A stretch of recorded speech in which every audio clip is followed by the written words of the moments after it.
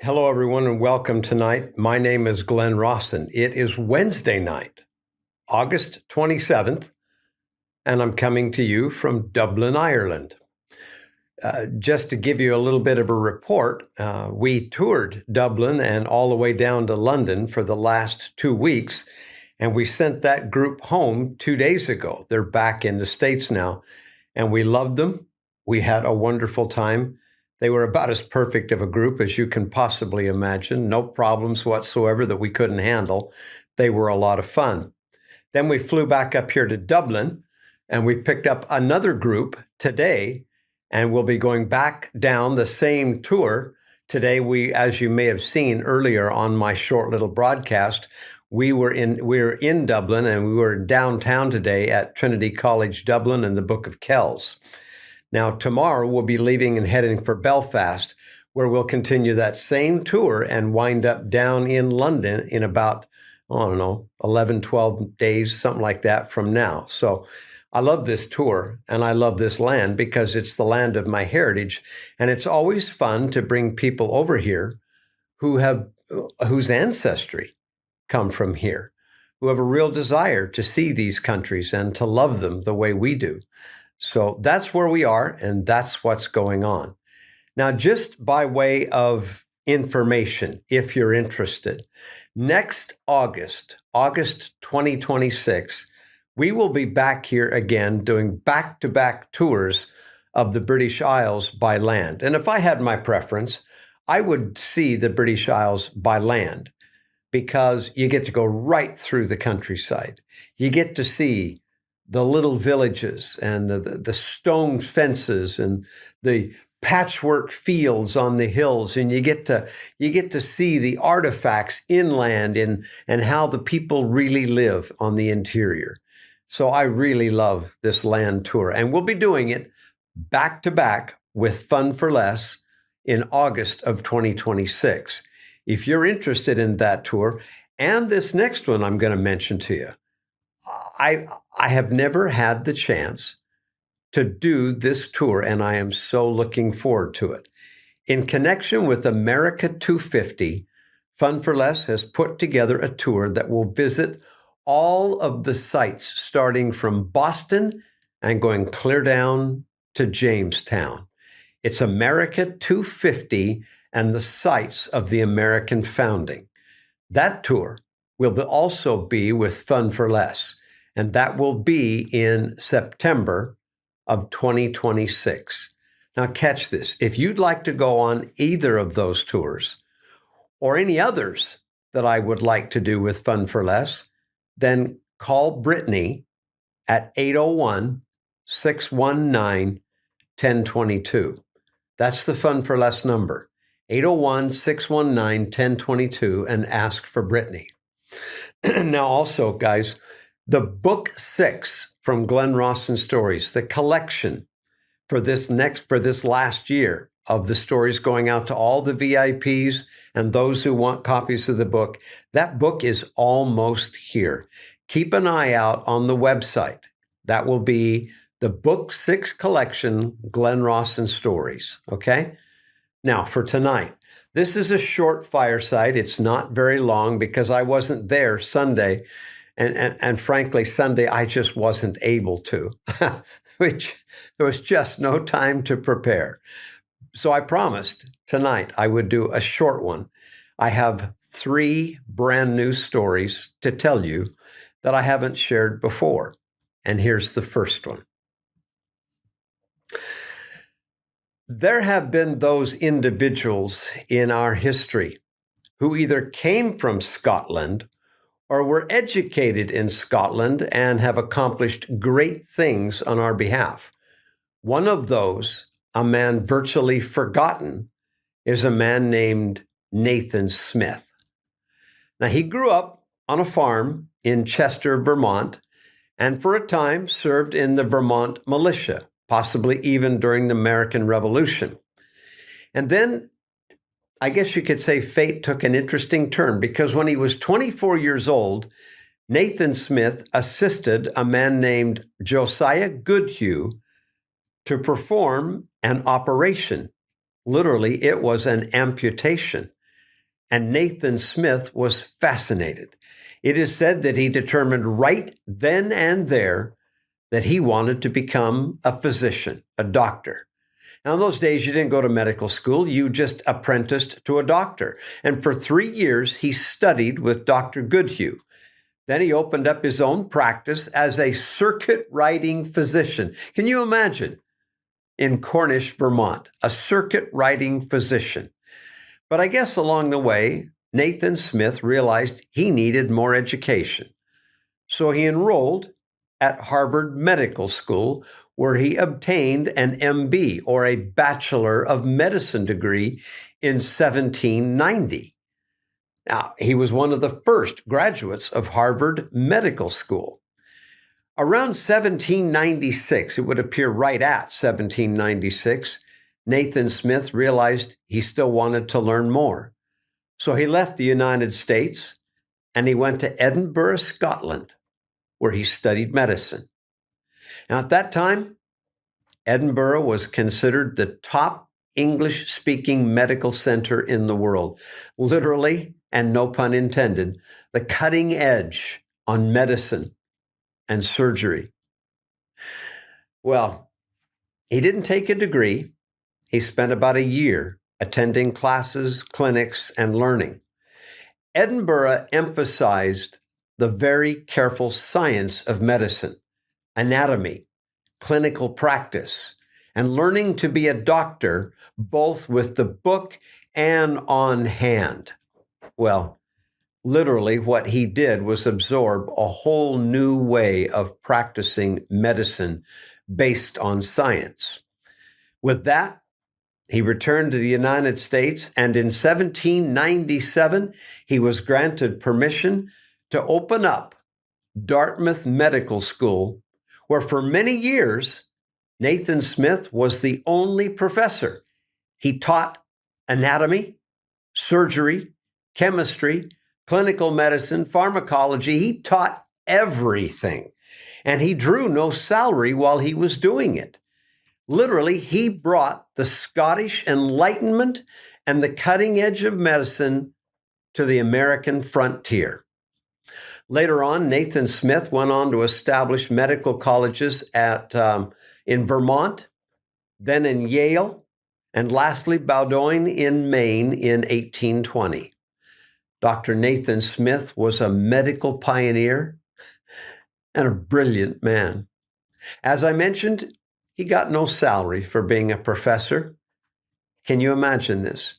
He traveled all over the countryside on horseback, attending to his patients, with his surgical instruments packed in his saddlebags, accompanied oftentimes by an entourage of students, ministering wherever he was needed, and sometimes taking no salary, or no charge, even from the patients. Nathan Smith passed away January 26, 1829, at New Haven, Connecticut, still a practicing physician and professor. Now, why do I mention this gifted man, surely raised up by the Almighty?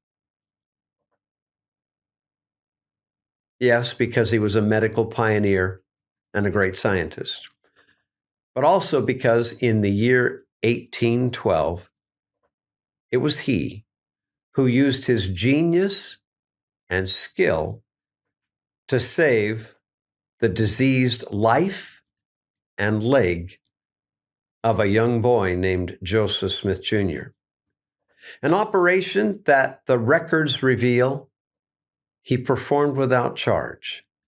The only man in the United States at that time capable, who had the vision and knowledge and necessary surgical experience to deal successfully with Joseph Smith's medical problems, and he was only a few miles away down the road.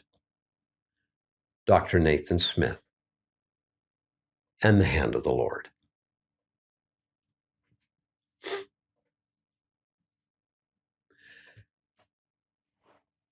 Now, next story, also from the British Isles.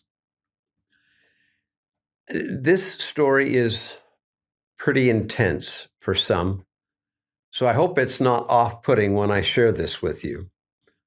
Hang on just a second. Oh, we've got a great big... Hang on a second.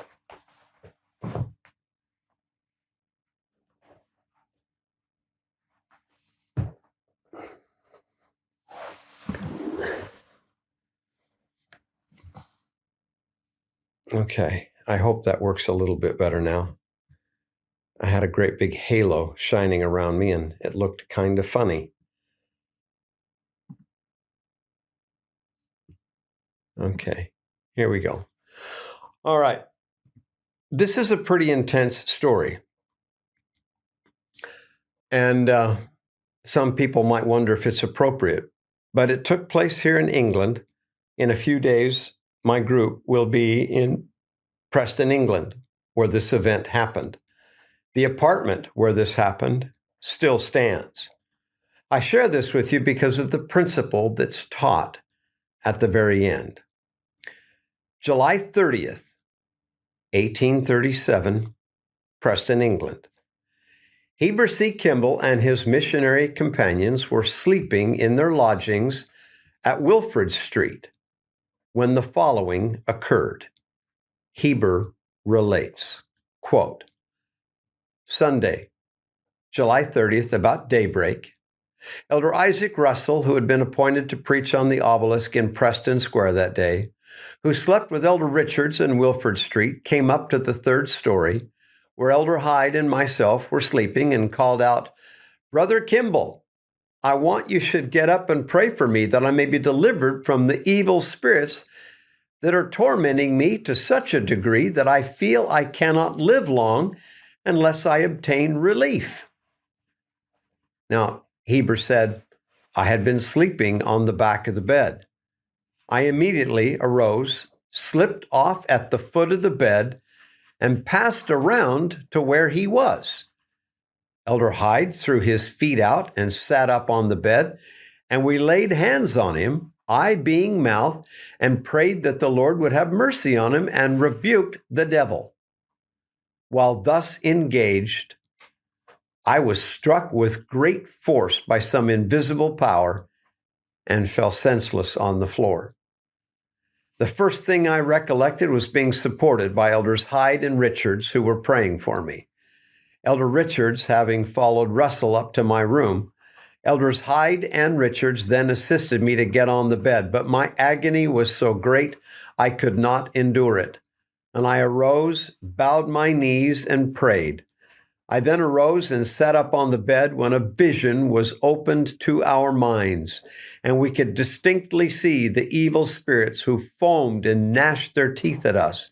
We gazed upon them about an hour and a half by Willard's watch. We were not looking towards the window, but towards the wall. A space appeared before us. Then they came towards us like armies rushing to battle. They appeared to be men of full stature, possessing every form and feature of men in the flesh, who were angry and desperate. And I shall never forget the vindictive malignity depicted on their countenances as they looked me in the eye. And any attempt to paint the scene which then presented itself or portray their malice and enmity would be vain. I perspired exceedingly, my clothes becoming as wet as if I'd been taken out of the river. I felt excessive pain and was in great distress for some time. I cannot even now look back on the scene without feelings of horror. Yet, by it, I learned the power of the adversary, his enmity against the servants of God, and got some understanding of the invisible world. We distinctly heard those spirits talk and express their wrath and hellish designs against us. However, the Lord delivered us from them and blessed us exceedingly that day. End of quote. Well, that troubled Heber for some time. Later on, after his mission, once back in the States, Heber asked the prophet Joseph Smith why, and had he done something wrong to cause that to happen, to which the prophet is reported to have said, quote, "No, Brother Heber, at that time you were nigh unto the Lord. There was only a veil between you and him, but you could not see him. When I heard of it, it gave me great joy, for I then knew that the work of God had taken root in that land. It was this that caused the devil to make a struggle to kill you. The nearer a person approaches the Lord, a greater power will be manifested by the adversary to prevent the accomplishment of his purposes." End of quote. I share that story because two reasons. One, a witness that the devil is real and has power and don't mess with him.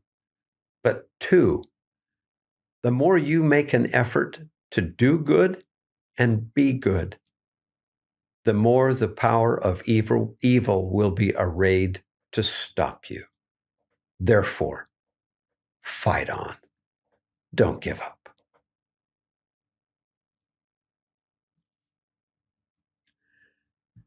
Last story, as promised.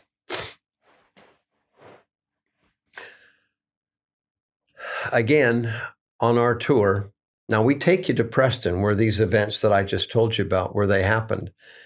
But somewhere towards the end of this tour, I will be taking my group down to Stonehenge. Now, if you don't know what that is, look it up on the internet.